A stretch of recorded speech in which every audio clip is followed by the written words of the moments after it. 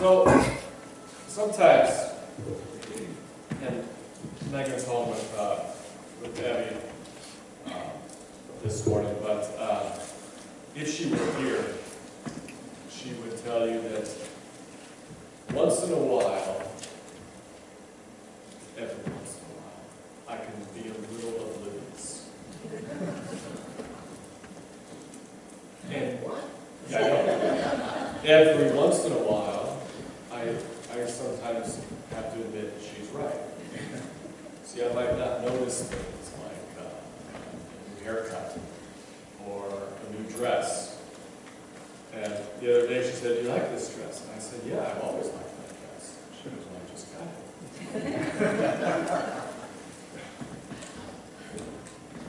it." Sometimes I can remember when Evie was younger, when she was a baby, and she'd be crying in the night. And I might not notice that she was crying in the night until Megan came back into bed and made sure that I noticed. I'm also oblivious with technology, texts and things like that. Sometimes it's pretty embarrassing, but people will text Megan because they'll know that I won't get back to them. Or I won't notice. And that is embarrassing, but even as oblivious as I am, I don't really know if this was oblivious or not, but I thought that sign was embarrassing. Caution water on the road during rain. That makes sense. I don't know that sign.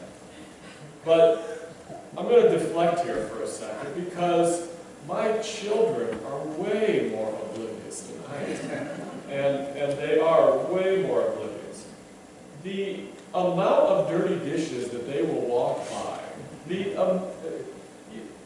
when the trash is overflowing, take it out, right? And then I say something to them, and they're, "Oh, I didn't notice that it was full." And I said, "Because you threw all the trash on the floor." Now, Eddie is not oblivious to some things. She notices bugs. Like, her babysitter hates bugs, and she has taught Eddie to hate bugs. And if there is a ladybug anywhere in the house, she will notice it and she will inform us about its presence until we actually do something about it. The other day, she came running into my room. "There is something alive in my room," she said. And I said, "Well, what's it doing?" She goes, "It's looking at me." And she was like really flipping out about it. And so I went into her room to see this alive thing. Because then she came, I would say, "Well, don't worry about it, leave it alone," because I just figured it was a ladybug. She came back and she goes, "Now it's sitting up and looking at me." And I've seen enough horror movies to know that can't be good. So at that point, I asked Megan to go into her room. And it was a little piece of Easter egg, or of Easter basket grass, you know, the little grass, and it was just laying there on her bed. And like, I don't know if the wind or whatever moved it. That was what it was. So maybe she's not as observant as I thought. But the point is, I forgot what the point was. The point is not that my children are oblivious, or not that I'm oblivious, because sometimes I can be unbelievably observant. And it just depends on the situation.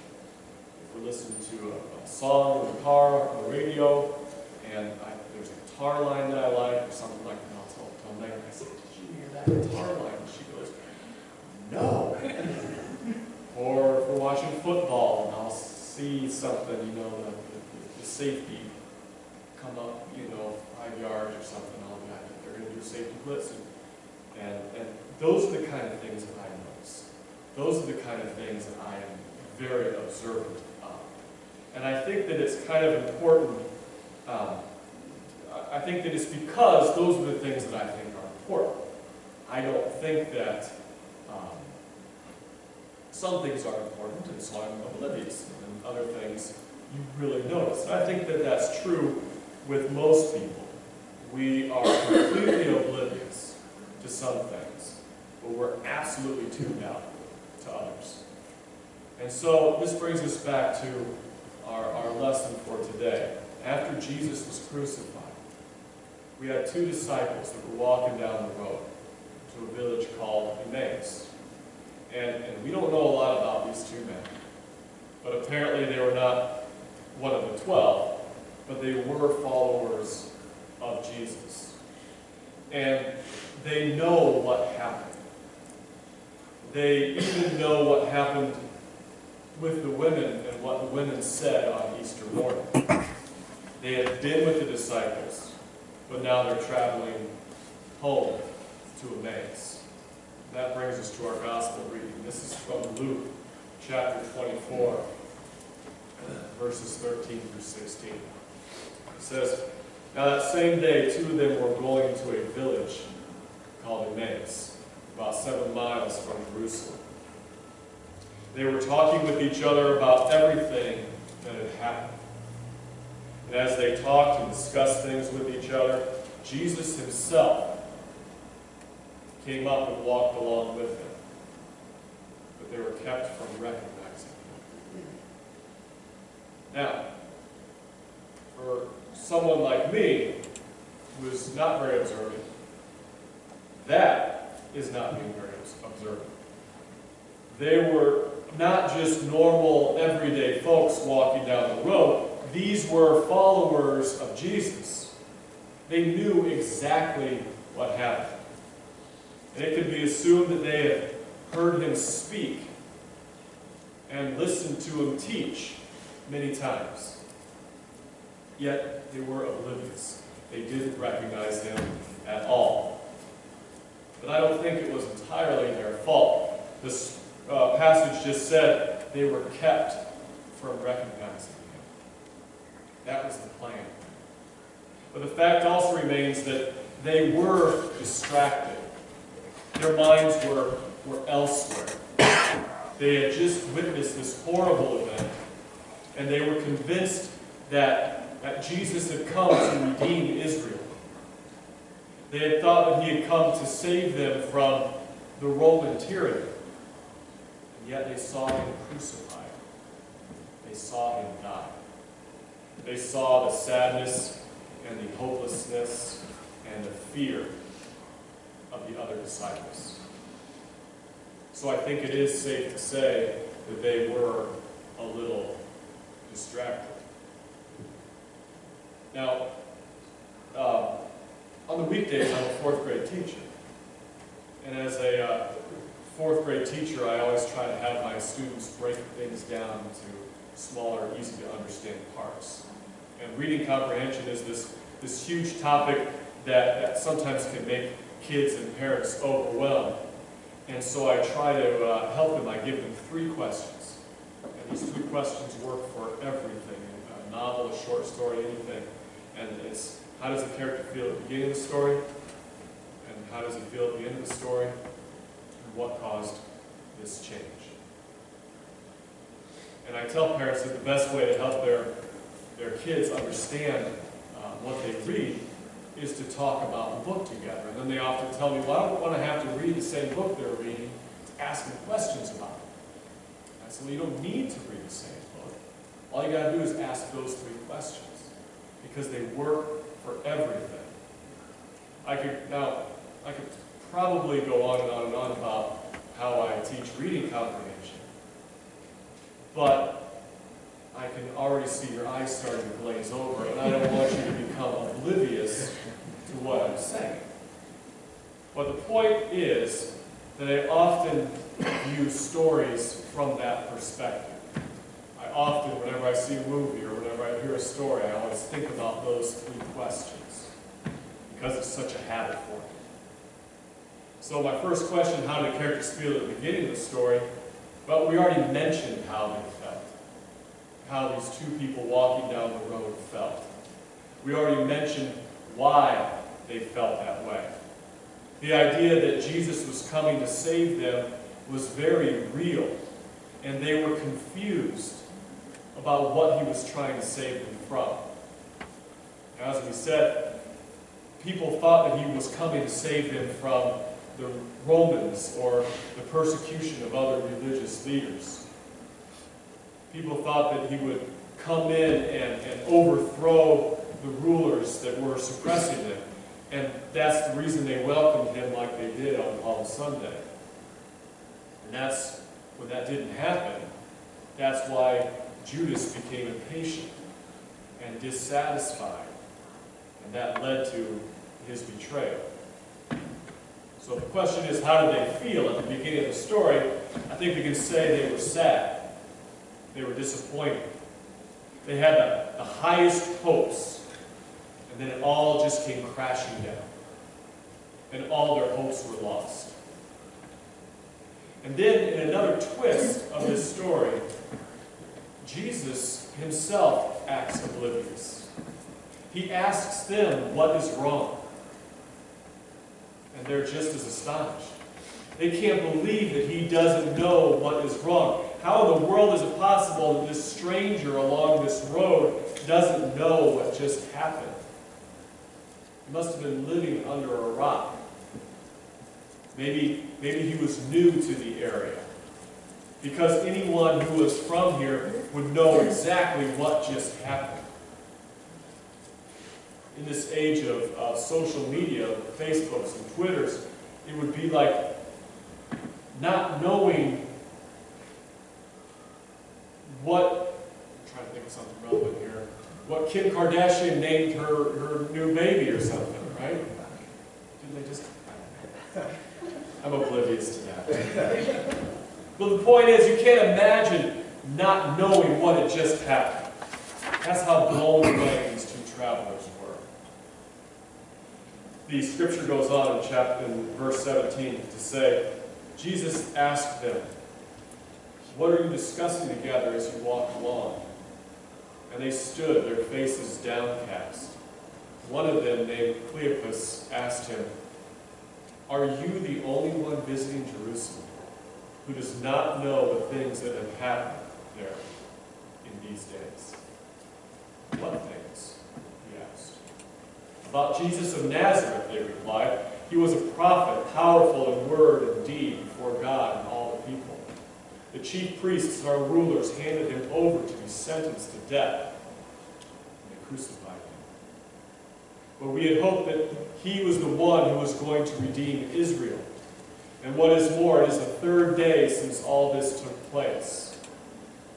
In addition, some of our women amazed us.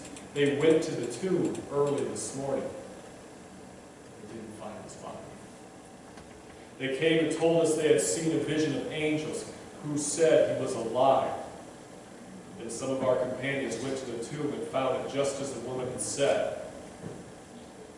But they did not see Jesus." So, when the women told them what they saw, they didn't believe it.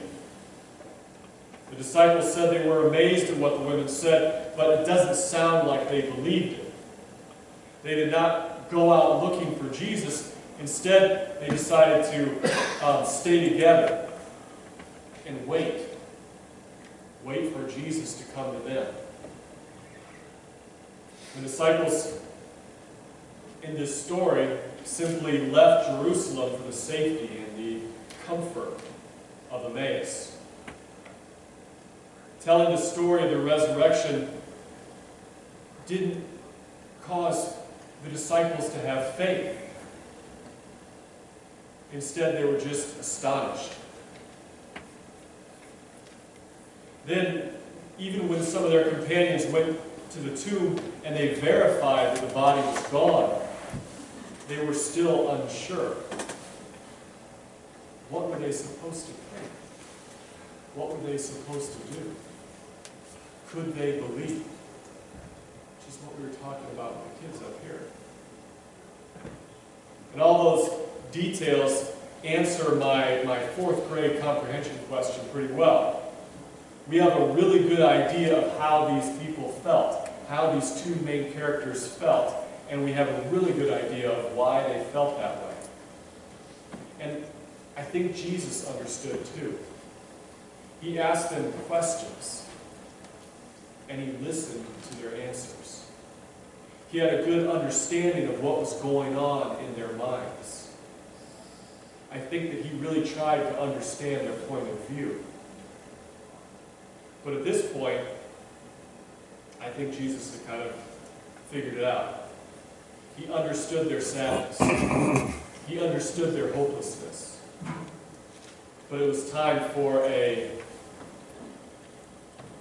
like a come to Jesus talk from Jesus. It goes on in verse 5. It says, he said to them, how foolish you are. How foolish you are, and how slow to believe all that the prophets have spoken. Did not the Messiah have to suffer these things and then enter his glory? And beginning with Moses and all the prophets, he explained to them what was said in all the scriptures concerning himself. So the evidence was right there in front of them, in front of these two disciples. The evidence was right there. Not only did they experience all the evidence, there was even more evidence in the scriptures. The scriptures have pointed out that the Messiah would suffer before entering his glory. The disciples had it all reversed. They had it backwards. They wanted the Messiah to establish the glory of his kingdom on earth before he died. But Jesus read the scripture in an entirely different way. He started with Isaiah 53, and he saw that the suffering was a necessity. All of the suffering was a necessity for the Messiah. Only after the suffering, only after the death, would glory then be achieved. And this glory would be entered after death, not a glory that was established on earth. The disciples, they wanted a redeemer from Rome, but instead they got something much, much more. They got a redeemer from sin, a redeemer from death. So, if I kept on with my fourth grade comprehension questions, the next question was, how do they feel at the end of the story? And why? Well, the next few verses explain this. Starting with verse 28, it says, as they approached the village in which they were going, Jesus continued on as if he were going further. But they urged him strongly, stay with us, for it is nearly evening. The day is almost over. So he went in and stayed with them. And when he was at the table with them, he took bread, gave thanks, broke it, and began to give it to them. And then their eyes were opened, and they recognized him, and he disappeared from their sight. They asked each other, were not our hearts burning within us while he talked with us on the road and opened the scriptures to us? So to me, it sounds like they were intrigued by this stranger, and they wanted to hear more. They urged him to stay with them.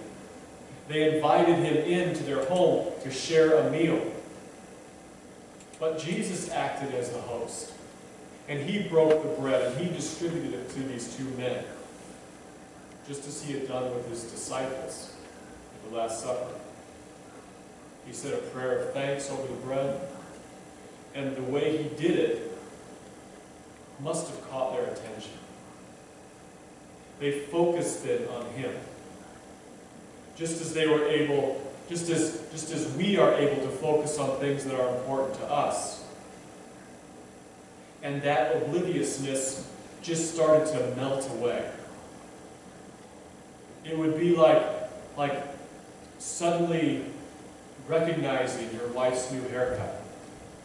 That recognition came like that. It's Jesus. And then immediately he was gone. Can you imagine what must have been going through their minds at that moment? I'm sure they were probably silent for a moment. And then I'm sure they both just exploded at the same time with thoughts and feelings and they wanted to say what just happened. Their grief, their disappointment, their hopelessness had blinded them before. Their attention to their own loss, their own self-pity, had prevented them from focusing on God and finding what God was doing for them at that very moment. And all this was part of God's doing, so that they could hear Jesus. They could hear him out before they realized what was happening. A disciple could see the risen Lord without knowing that he was the risen Lord. Their faith depended on more than just physical presence and more than just physical sight, more than just seeing it or touching it or feeling it. Their faith depends on spiritual presence, spiritual sight. And all of that came suddenly when Jesus broke the bread. I want to continue with verse 33. It says, "They got up and returned at once to Jerusalem. There they found the 11 and those with them assembled together and saying, 'It is true. The Lord has risen and has appeared to Simon.' Then the two told what had happened on the way, and how Jesus was recognized by them when he broke the bread." So if we go back to our questions, how do they feel at the end of the story? Well, I think it's easy to say they were excited. They were pumped up. Their faith had been renewed, and they were overjoyed. Now that is a huge change from the beginning of the story. They were so rejuvenated that they returned to Jerusalem at once to share what they had just witnessed. And instead of wallowing in their own self-pity and grief, they wanted to, or rather they had to share what they saw. They felt compelled to share the good news. So to me, these scriptures, these verses, have two purposes. And I think the first purpose is for yourself. These scriptures can give comfort. They can give encouragement. They can give reassurance. And they can be uplifting. But I think the other purpose is a call to action. What you can do now. Now I hope that these scriptures serve that first purpose for you. These scriptures reassure us of God's love. Sometimes we get so caught up in our own lives, our own dramas, or worries, or fears, or successes, or failures, or whatever, to really see what is going on. We become oblivious. But Jesus is with us. He's always with us, even if we don't notice. Just like the travels on the road to Emmaus, it's so easy to get caught up in your own world. But Jesus is right there walking alongside us. And that is encouraging to me. No matter how oblivious I am, He is not. He knows me. He knows how to love me. He knows what I need. Just like the travelers on the Emmaus Road. But I think the second purpose is a little bit more complicated. What is the call to action from this story? Well, here I think about the actions of Jesus. Why did he handle the travelers in this way? Why didn't he just come out and reveal himself right away? He could have made a big show with trumpets and angels and music and he could have walked down a rainbow. But he didn't. He joined them on the road.